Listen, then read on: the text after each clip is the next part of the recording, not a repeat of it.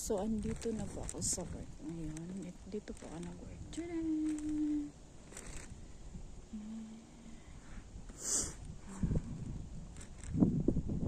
Nag-top up lang po kasi yung kaibigan ko.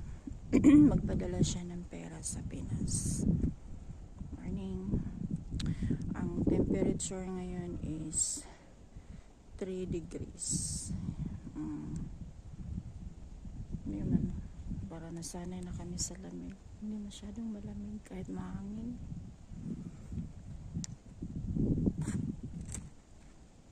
Kasi minsan parang ang sarap ng pakiramdam kung mahanginan yung mukha mo, yung katawan mo, diba?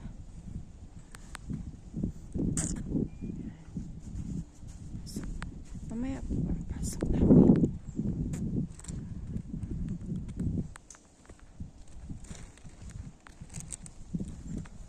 Paskong Pasko na dito.